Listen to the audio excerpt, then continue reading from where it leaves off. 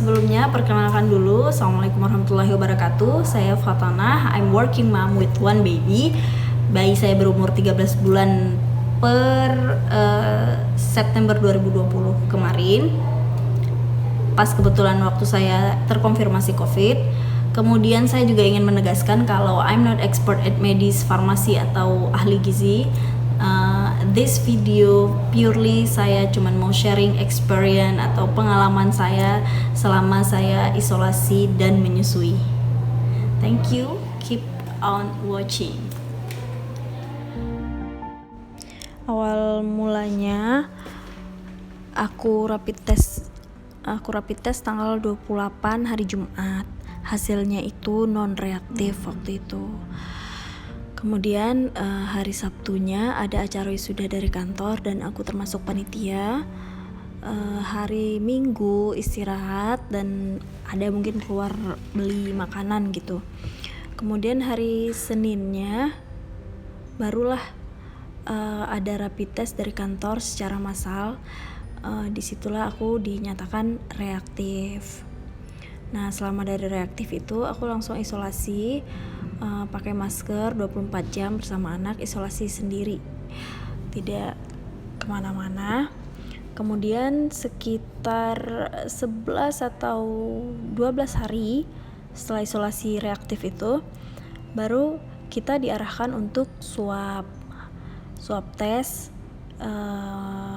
Dari situ aku swab tes dan biayanya ditanggung kantor. Nah, swabnya tuh kenapa bisa terlambat, jaraknya jauh, aku kurang tahu juga. Namanya aku ikut aja birokrasinya, aku ikut aja prosedurnya, disuruh swab, ya udah akhirnya aku swab.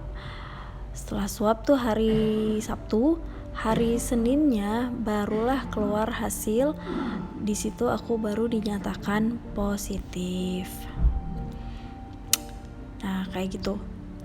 Hasilnya itu positif, bentuk suratnya tuh seperti biasa, ada stempel rahasianya.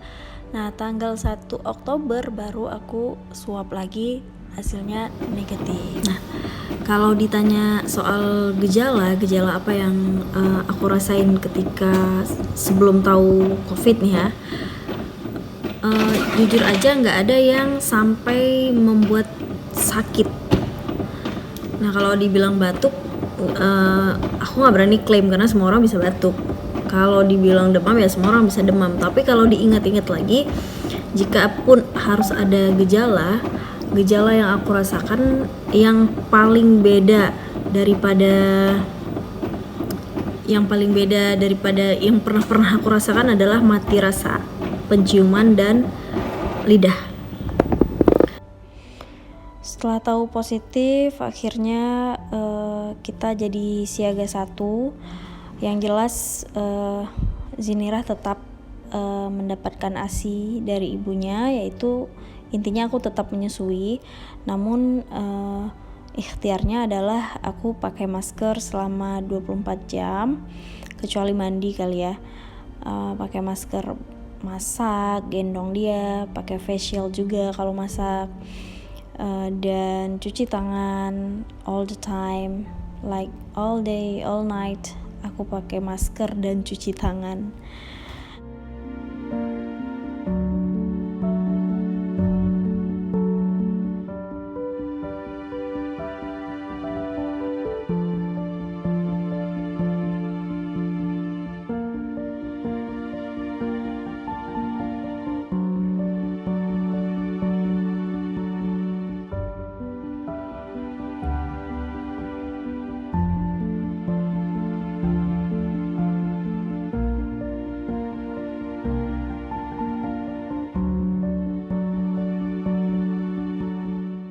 Kemudian berjemur.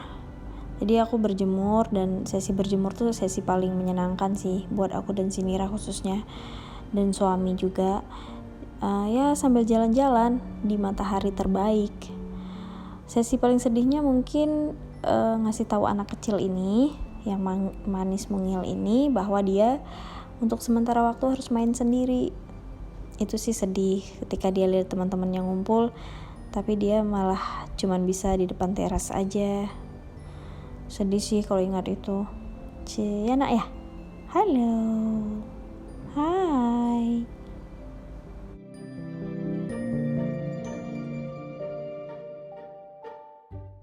Nah, ini beberapa artikel bacaan aku yang aku jadiin pedoman sementara juga dari WHO. Ada Q&A di sana di websitenya resmi WHO. Di sana ada Q&A. Ternyata banyak banget yang nanya-nanya tentang orang yang terkonfirm positif COVID apakah harus berhenti menyusui. Ternyata mereka menjawab tidak, tapi ya dengan syarat-syarat kayak yang aku bilang tadi, pakai masker 24 jam, medical masker ya, jangan masker biasa kayak gini nih.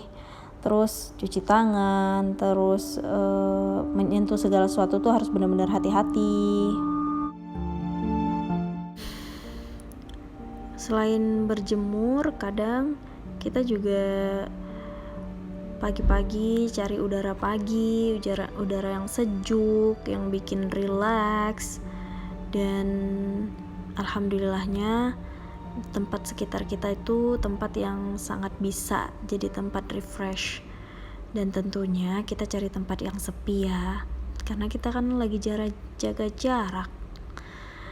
Masya Allah, ma khalaqta hadza batila ya Allah, faqina azabannar.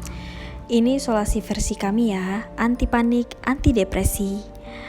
We are not stay at home all day, we just stay away from people. That's all. Jadi jujur aja aku sangat menikmati hari-hari isolasi untuk terus muhasabah diri dan tafakur alam. Alhamdulillah.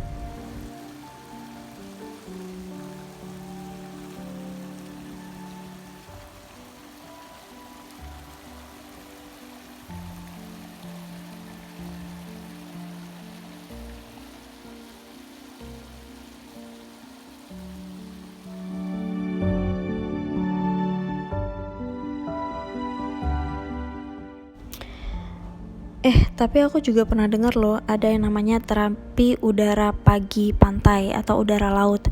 Bagus buat paru-paru. Aku lihat di YouTube-nya Saskia Adameka. So why not?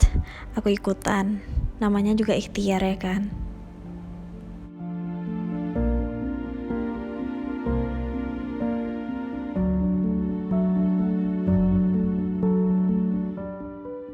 Nah, usaha ini juga gak kalah pentingnya. Ini yang selalu disarankan sama dokter-dokter kan. Jaga imun badan dengan makanan, minuman, makan buah, sayur, dan lain sebagainya. Suplemen, obat-obatan, semua deh. Namanya juga ikhtiar. Ya semua aja dicoba. Yang Masya Allahnya lagi, karena isolasinya sehat banget, produksi ASI aku jadi lancar. Dan produksinya tuh kualitas ASINya tuh jadi bagus. Sampai-sampai Zinira jadi tembem.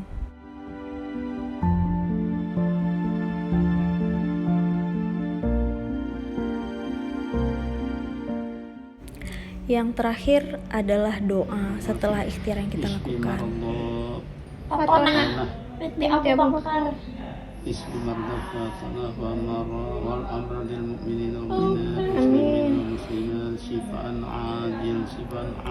Berdoa sebanyak-banyaknya, doa dari teman-teman, dari keluarga. Kadang saat-saat hujan kita gak bisa berjemur, ya kita tetap keluar aja di teras gini. Berdoa sama Allah sebanyak-banyaknya, meminta sebanyak-banyaknya. Terima kasih ya Allah atas musibah yang penuh hikmah ini. Sesendu itu, setenang itu kita. Alhamdulillahirabbil alamin.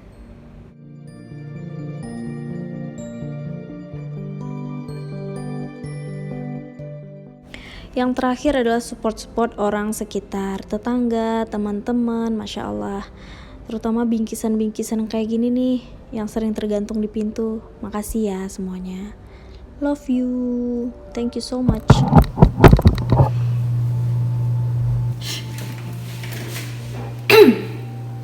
Action. Nah, tadi sekilas cerita tentang pengalaman aku terkonfirmasi COVID-19 dan aku seorang ibu menyusui. Mungkin aku akan sedikit kasih kesimpulan tentang perjalanan 1 bulan ini. Yang pertama adalah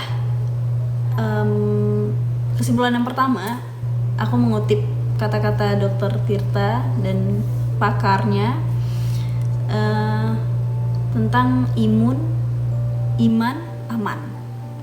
Jadi yang paling penting sekarang adalah jaga imun tubuh, jaga kesehatan, suplemen yang sebelumnya mungkin pola hidup tidak sehat, harus sehat. Yang kedua adalah iman, ya kalau kita udah ikhtiar, tinggal kita punya Allah kan, tinggal tawakal sama Allah. Yang ketiga ya udah, kalau udah kayak gitu merasa aman dan jaga jarak seaman-amannya dari orang, dari crowded people. Kemudian kesimpulan yang kedua adalah sependek yang saya baca dari WHO dan lain-lain sebagainya, artikel-artikel yang terpercaya lah bisa kita katakan, semua jawaban atau semua pertanyaan tentang apakah seorang wanita yang menyusui harus stop menyusui ketika dia terkonfirmasi, itu rata-rata malah menganjurkan untuk tetap menyusui. Kenapa? Karena ya imun tubuh si bayi itu dari ASI kan, dan si virus ini dia tidak transmitted by ASI.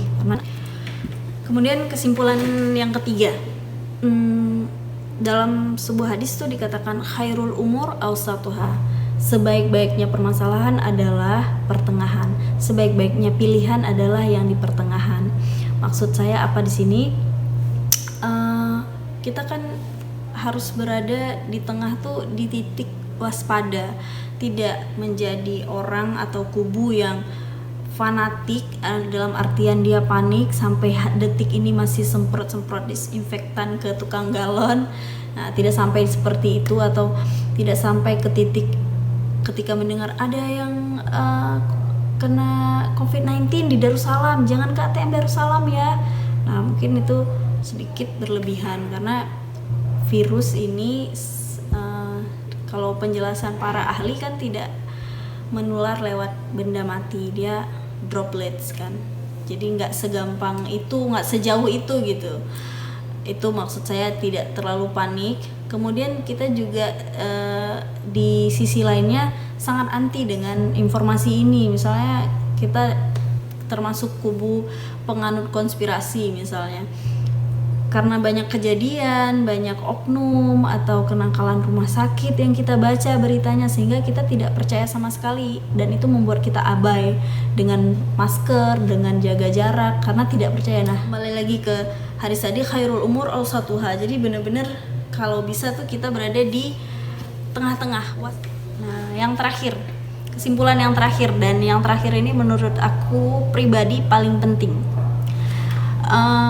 Dalam firman Allah tuh surat An-Nisa, ayatnya lupa, nanti aku tulis di bawah. Allah berfirman tuh yang menjadi pedoman aku ya, ma asabaka min hasanatin faminallah wa ma asabaka min sayiatin famin nafsik. Jadi artinya apa? Sesuatu nikmat yang kamu dapat itu dari Allah, tapi sesuatu keburukan atau musibah yang kamu dapat itu pasti dari kesalahan dirimu sendiri.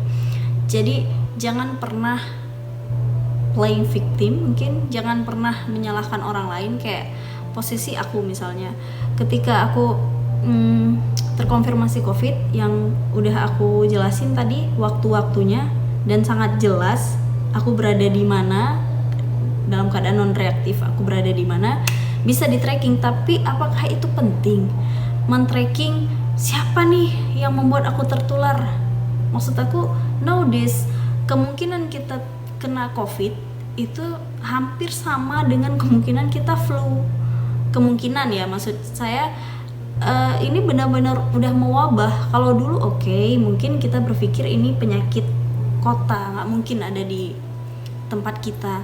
Tapi kalau sekarang itu dengan angka pasien yang semakin signifikan, terus termasuk aku yang termasuk kemungkinan besar kena klaster kantor, apakah itu salah orang?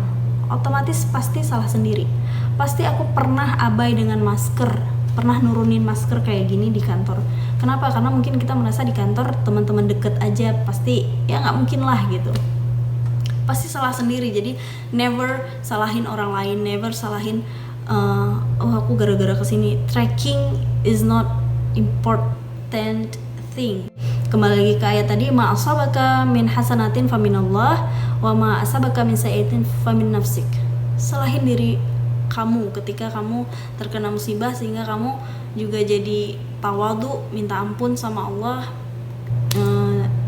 karena kesalahan ini gitu. Udah, sekian aja dari saya. Ini yang dapat saya share berdasarkan pengalaman pribadi saya.